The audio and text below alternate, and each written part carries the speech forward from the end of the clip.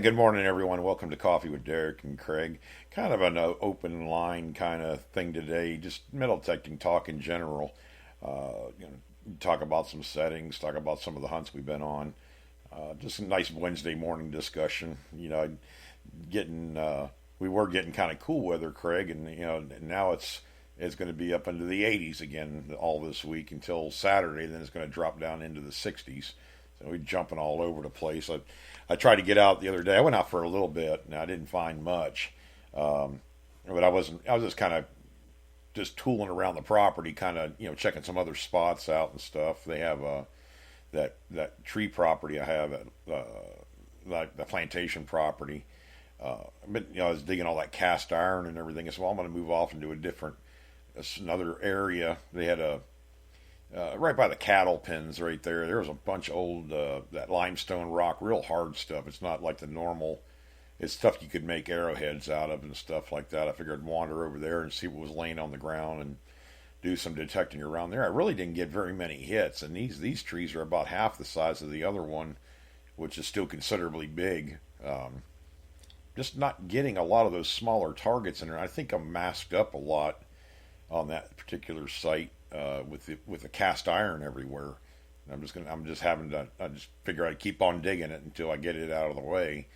I think there's probably stuff underneath there, or it's that rusty stuff that we were talking about before the show. That iron stuff that's been is kind of broken down to the point where it's pretty much orange spots in the dirt.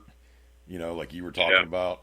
I'm thinking I might have that going on too. It's just uh, a strange site. I'm getting stuff out of there. It's just nothing, per se of anything good. I guess you could say, or like coins or buttons, or I'm getting these items from the 1920s. It's like I don't know. You could tell it's early aluminum or cast or aluminum or something like that.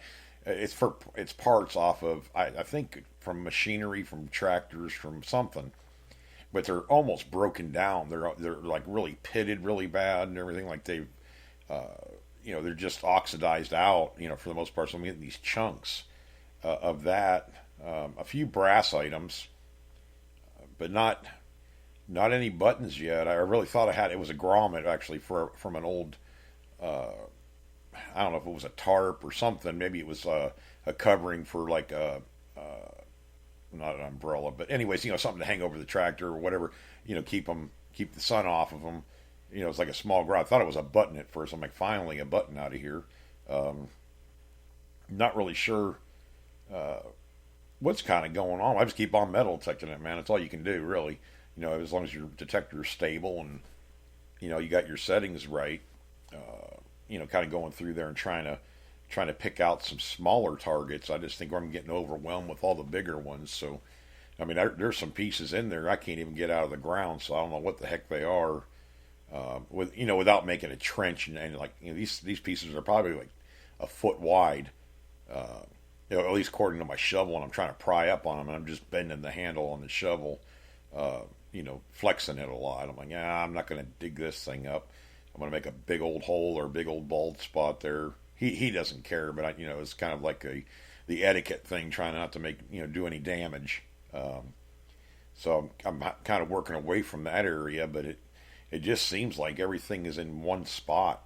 I dug up that pocket watch cover, and I got like 6 20-penny spikes out of there, and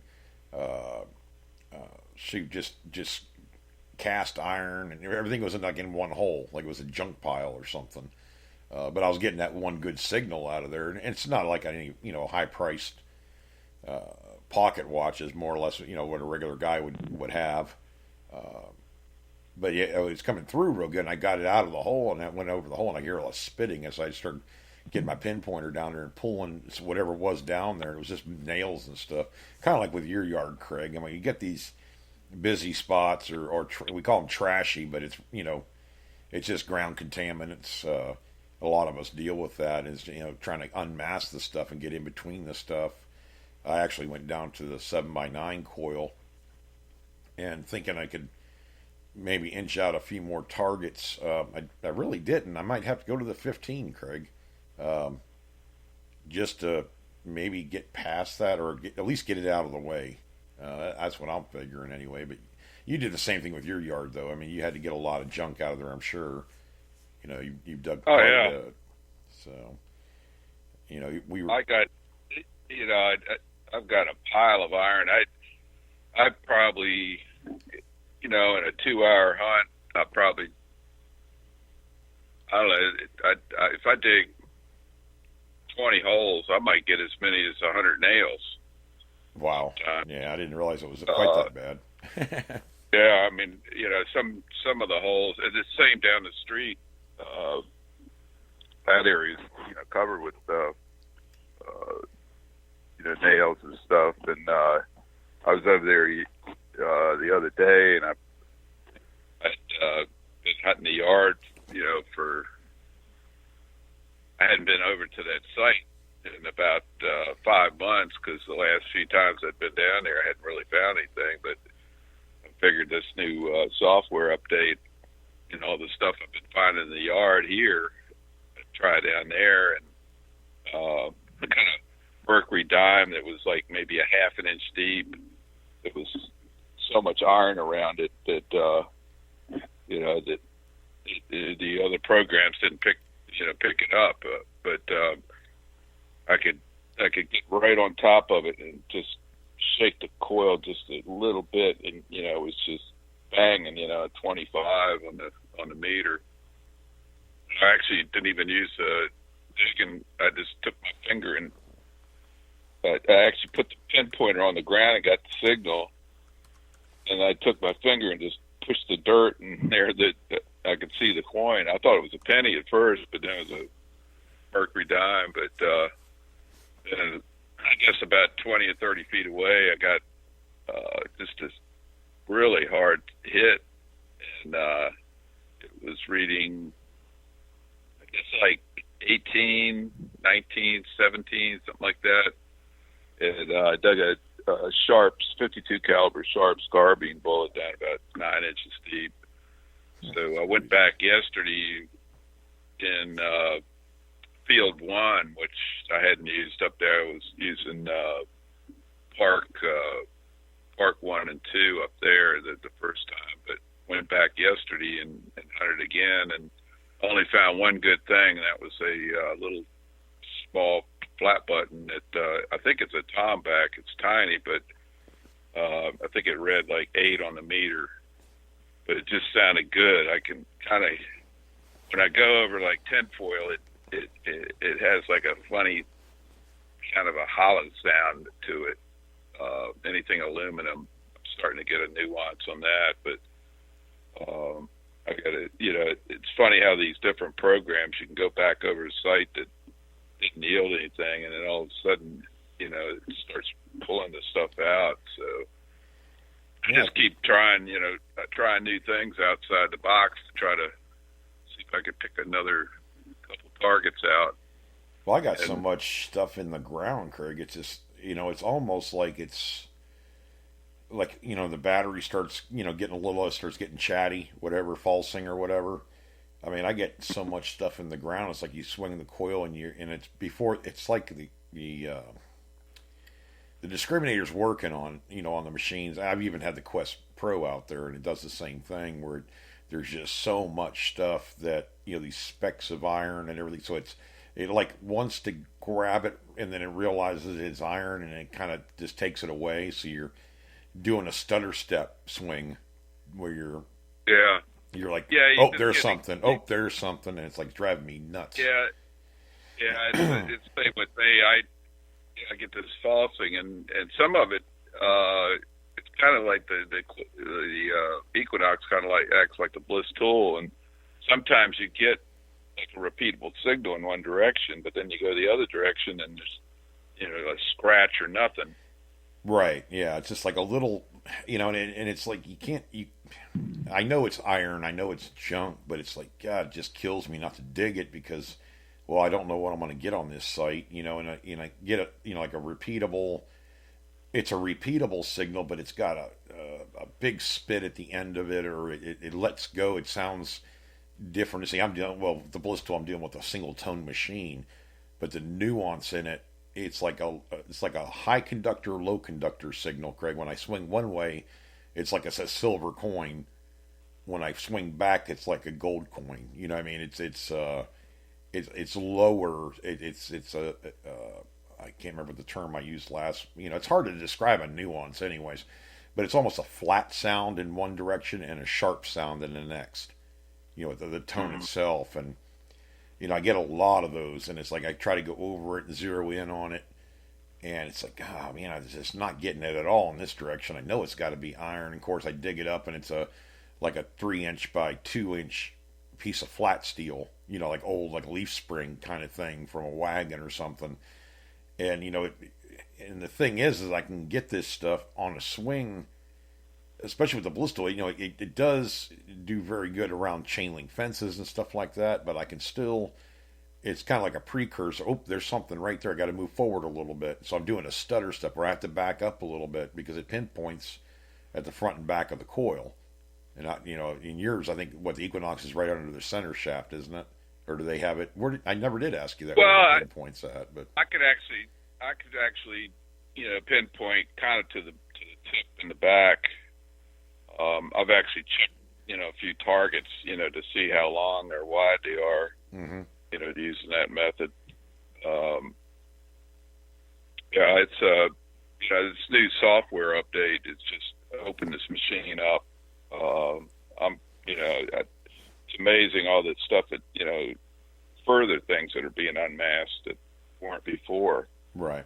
So I've been kind of going over the site, you know, using one, you know, started off using Park 1 and 2, and now I'm into Field 1. So I'll be trying Field 2 pretty soon, as you know, in the site up the street, see if I can pull another couple targets out of there. But I've gotten, was it 4 buttons out of that spot in a Mercury dime, and you know, a few scraps of brass stuff. But you know, I've hit that spot really hard. I mean, I got that pistarine up there, you know, and it was funny because I was running the Bliss tool then, and you know, I'd gone across that yard. And I was just really disappointed because I just wasn't really finding much, and I got that Spanish Real cut, you know, and it just changed everything. And I thought, you know, I'm still thinking there's got to be a Real or something like that in that yard. It's got to be deep though. Yeah, but, I would say so. But I can't even squeak a coin out of there now. It's hardly, you know, it's there was a lot of wheat pennies and stuff along the sidewalk, and it was like $2 One guy, my friend Steve, was actually walking to the post office and spotted a Franklin half that was right on the edge of the sidewalk, and you know, right next to where the house was. It was just laying there. I guess the rain washed it off. And you know, I was with this guy Roy. I let him metal detect the site, and he was using a Garrett Classic. I was kind of walking next to him, you know, while he was hunting, and all of a sudden he says, "Hey, look, I'm getting a $50 reading." And I looked at the meter, and it was stuck, you know, right on half. And so I said, "You definitely got to dig that one."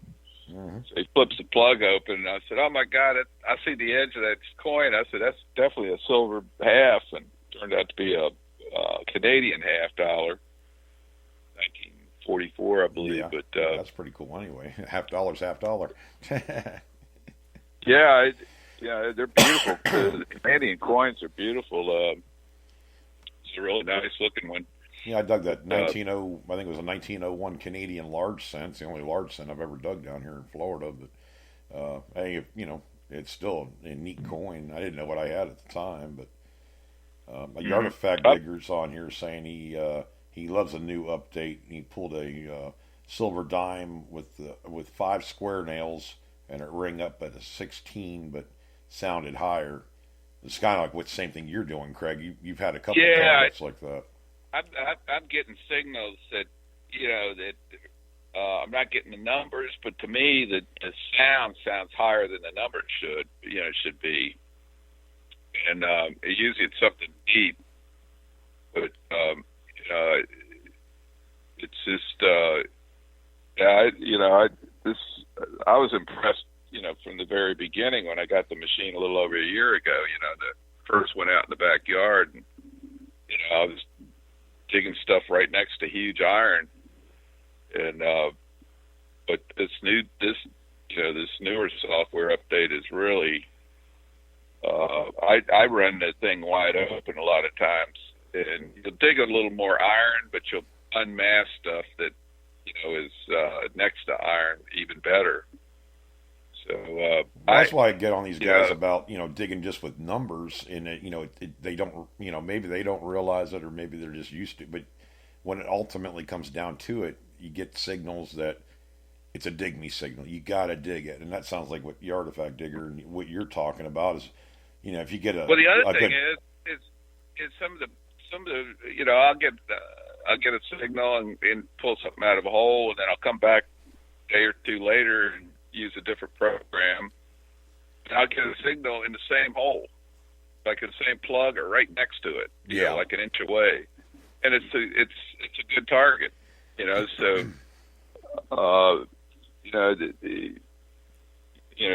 I think once if you got a good area, or you've had a good spot that's not yielding anything anymore, go back over it with those different programs, and maybe you can squeak something out. That's what I'm doing every day. I sit there and try to squeak another couple targets out, and it's kind of getting my ear, because this machine's got so many nuances to it. But the iron part, can fool you a little bit. But iron is tough.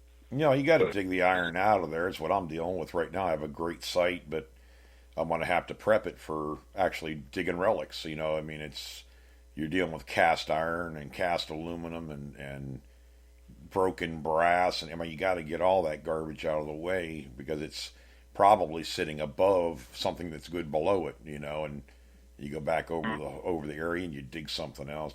I got kind of spoiled early on. About 5 or 6 years ago, where I had some fantastic sites. You can go in there every single day and dig 2 or 3 coins. Old stuff, not or relics. And I had a strip of land that was probably, I don't know, 50, 60 foot wide by 100 foot long, and everybody said there was never anything out there, but I was finding doorknobs, like porcelain doorknobs and whatever, all this house stuff, hinges, this kind of thing and that kind of thing. But I was finding so many relics, so many, like old spoons, baby rings, regular rings, coins. And I got so spoiled, Craig. I dug thousands of items out of that stretch right there. Even dug stuff that I'd never really even thought about being bucket list items. And here I have another site that's, obviously there's been stuff there for a couple hundred years, and you can't.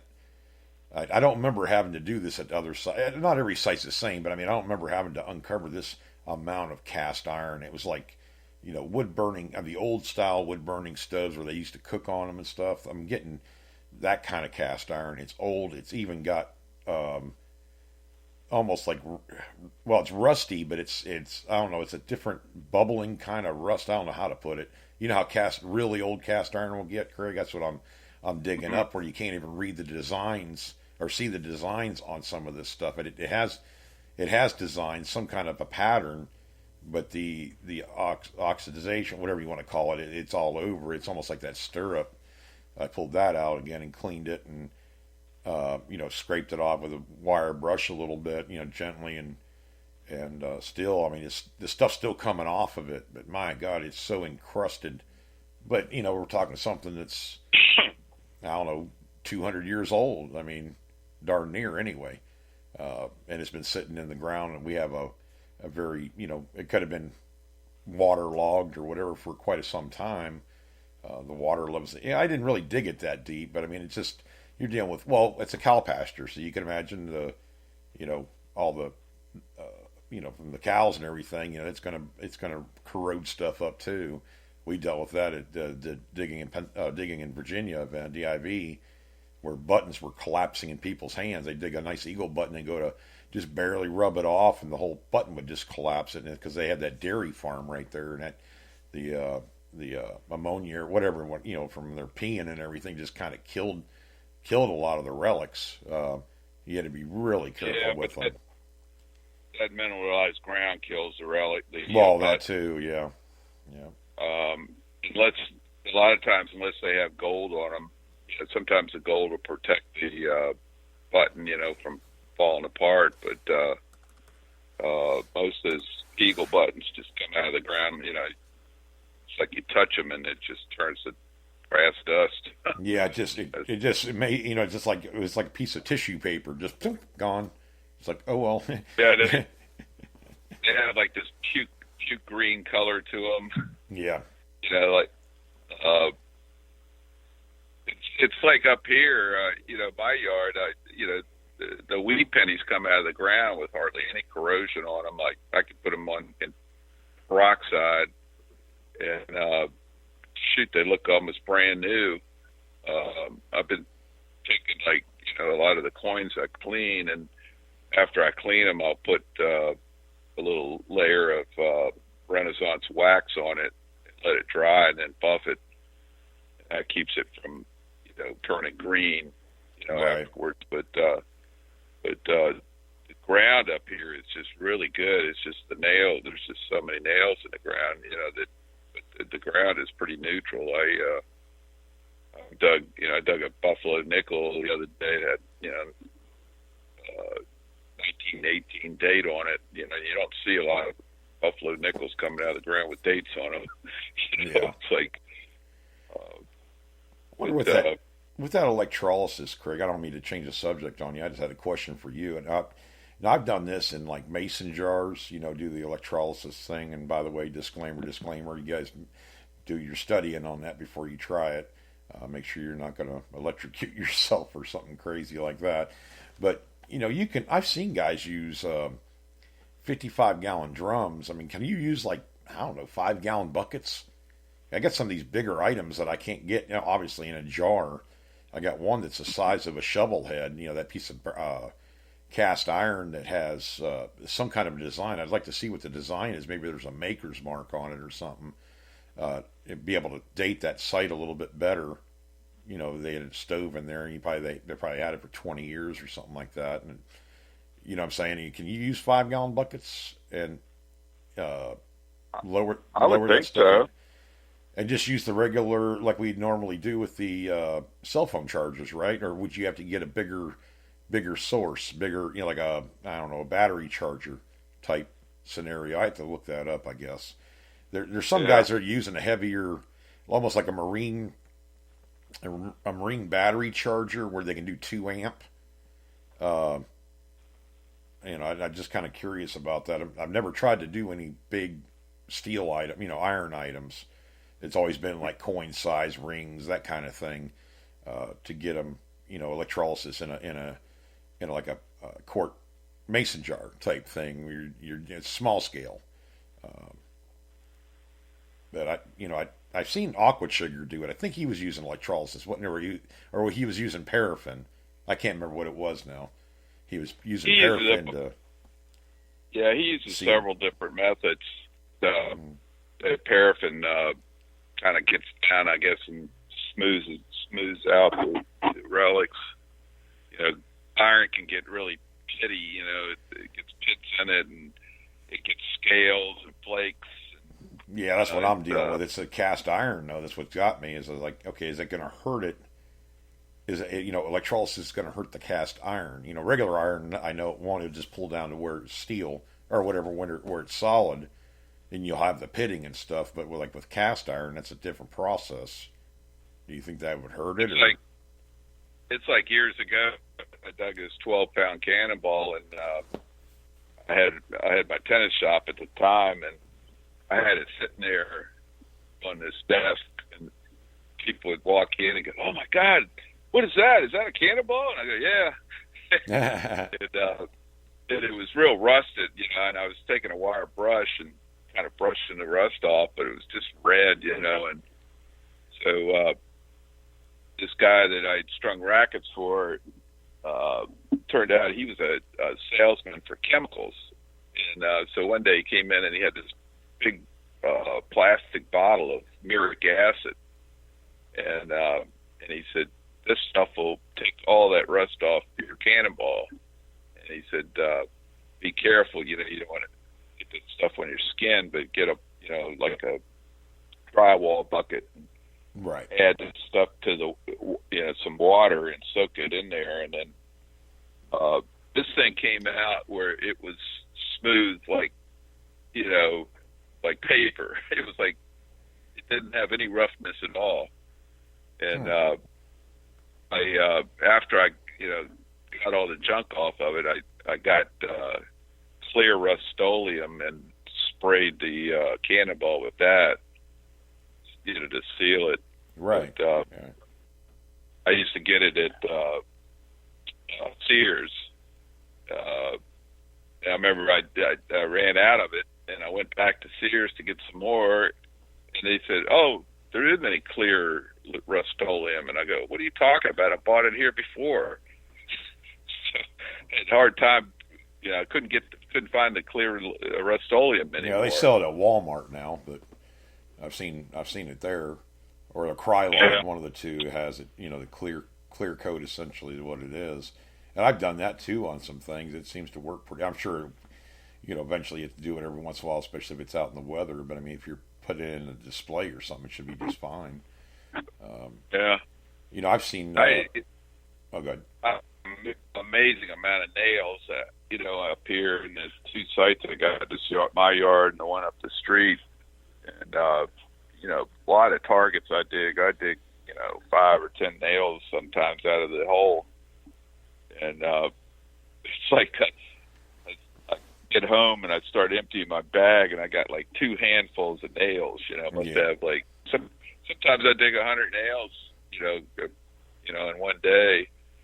They're all different sizes. Some of them are little tacks. Some of them are, big spikes. Some of them are, just different sizes of square nails. But I'll be getting mason jar lids too. God, this thing's driving me crazy. But it could be a jar full of coins too. But there were the ones with the porcelain lids or whatever. And every one I found is broken. But when I started hunting my yard, a couple of years ago, Mike and I were digging, 10, 15, mason jar lids each every day, for months. I mean, there must have been 150, 200 mason jar lids. He kept all the little white porcelain pieces out of it. And he must have I think he had like 78 of them. Oh, that's cool. Like I like those things for some reason too. I mean, I save them all the time. Mm-hmm. Something neat, but yeah, I'm finding them. I mean, I'm finding all the stuff. Period.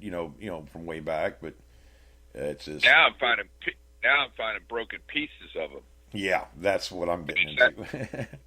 They sound real good, just like a button. Yeah. Sound sweet. Yeah. Well, at least it's a non-ferrous target. Right. That's what I keep telling myself too. I mean, I go out there and John's telling me, he goes, "What'd you find?" I show him all the stuff on the tailgate. I had one piece that's about probably 2.5 foot by a foot. It's the top of a wood burning stove where they, the holes are at, on the top. And oh my God, you're digging this out on my pasture. What's this wire thing? And what's this? I mean, he was getting more of a charge than me. I had to keep on making trips back to the truck to put this stuff on the tailgate. Because I couldn't fit it in my fine bag or nothing, but I wanted to get it out of there. He's getting more of a thrill than anything. So, well, anytime you want something, you just tell me, brother, you can have all this stuff. And he goes, "Oh, no, but I think it's cool looking." I'm like, all right. I think he just likes me cleaning up the pasture, area, but But I think that's what I'm Yeah, having to do here is just like you did with your house, is dig and dig and dig and get all this junk out of the way. And Tim, Tim called in, on Monday and was talking about, he has his house site or whatever where his house is must be horrendous, Craig. I mean, the more I think about that, between the EMI and the mineralization, and then I think he has soil moisture issue, or it's a lot of soil moisture, and he's running, he's having to run so low. But I hope I got the point across that hey, sometimes you gotta hunt that way, in order to get all that stuff, that pig iron out of the way, in order to detect your detectors. I mean, it's picking up so much stuff, I'm sure. Added with the EMI, yeah, it's a mess. I don't think it would matter what detector you used up there.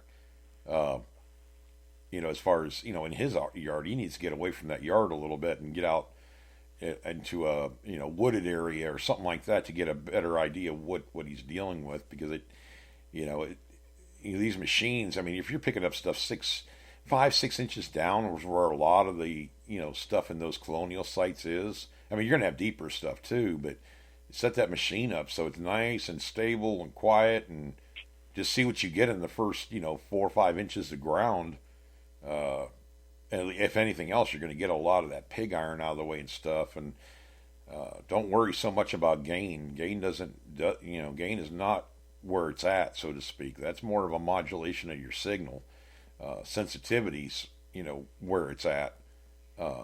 And that's the way, Craig and I hunt. We don't run that gain all the way up to max. Don't see a need to. Sometimes that's more headache than it's worth. It just starts picking up everything, even like ghost signals and stuff like that, where it's that rusty metal. It's where the kind of like grabbing a nail out of the ground, where it disintegrates in your hand. You can break it up in pieces. You don't want to. Also, if you're in a real busy area and you have that high gain, with a lot of nails in the ground, it's just constant noise when you have that gain that high. I've been running real soft. The bliss gets credible depth, so it's not that big a worry. But I'm running low, very low gain, and maybe 4 on the threshold. But I was still digging wheat pennies at 10 and 11 inches deep. With a good signal. Yeah. I don't know, I just keep going back and back over and trying to think outside the box, a little bit to try to, squeeze more targets out. It's kind of fun, you learn the machine that way, a lot better than you would, just reading a book, and you got to go out and, and hunt. Right. Better with your machine. You can't just read a book. You got to, go out there and tweak the, sometimes I'll get a weird signal and I'll check it, at a different setting, like if I'm in park, I'll slip over to field to see if I can, if it'll clear up the signal or if I can get some more information. But, well, it's like I was trying to go up in the front of that property, see if maybe there was a house up there. I think I found where the barn area was, and I'm working my way up there. I'm not getting anything, and so I'm not even getting.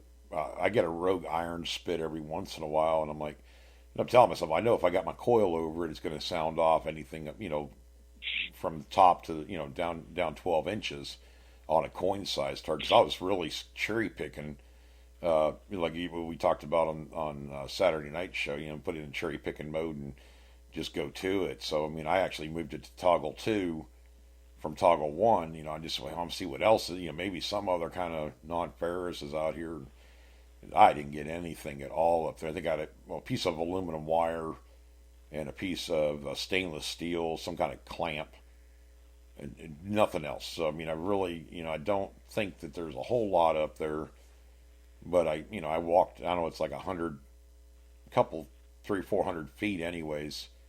And then it just came, worked across the field and then came back down, just kind of cherry picking. I really didn't hit anything but a shotgun shell, and it was like 12 inches down easily. Dug it out, and it was pretty much had it. So I mean, I know I'm picking up good.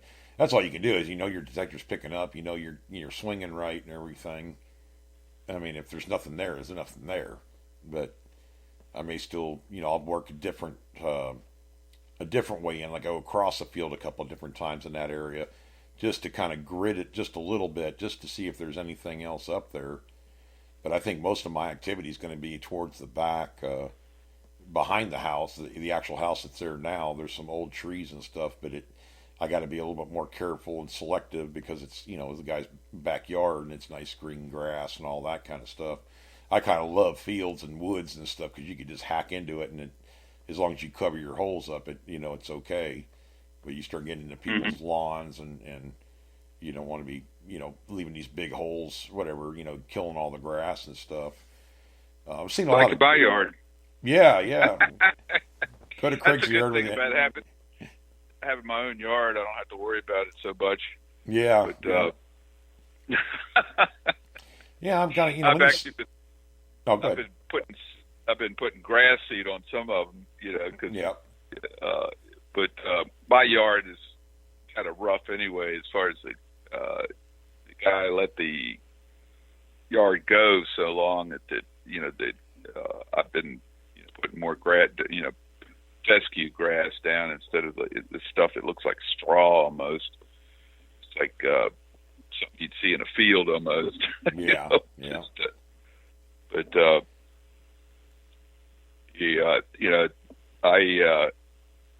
You dig some of these plugs, and I dig down like a foot deep, and have this massive pile of dirt outside the hole. It's kind of hard to get, every little scrap of dirt back in the hole, and then you're trying to get the plug back in the hole when you got a hole. You take that much dirt out, it's hard to get the plug, flush with the ground again. Yeah, stomping on it and everything else, trying to get it flat again. Yeah. But no, I probably dug at least probably 150, 200 holes at least the other day, and I ended up with a bunch of stuff. I mean, I started just leaving it in the back of my pickup truck. I'm tired of moving it. I'm just going to tell my wife, I said, when I get the pickup truck bed full of metal, and I'll just take it to the junkyard, whatever, scrap yard. And there's so much of it, but these parts. I got some kind of a part. I think it's to a tractor. It's a radiator cap or whatever. They had a name on them and everything, and I'm trying to remember the name. I got it in my office right now. I was going to take a picture of it, but it was a big chunk of brass, rounded, and it had the company name on it and stuff. It was some kind of a pressure gauge. At least that's what it says it is, like 25 pounds. It has to be for the water pressure, maybe the radiator or hydraulic, maybe, I don't know. It's probably from the 30s or 40s. It's not really that old, but it was about the size of, a little bit bigger than a silver dollar around, kind of ornate, where you can see where there was something on top of this thing, probably like make it look like a hood or ornament type thing. It was ornate, but it's broken off. I couldn't find the other piece of it anywhere. That was probably the first thing that ever broke on that tractor. Bump it with a tree branch and break it right off there, because of the low oak branches and stuff. But that's about all the good stuff I found that day. This cast iron parts and everything, and a few screw lids and stuff.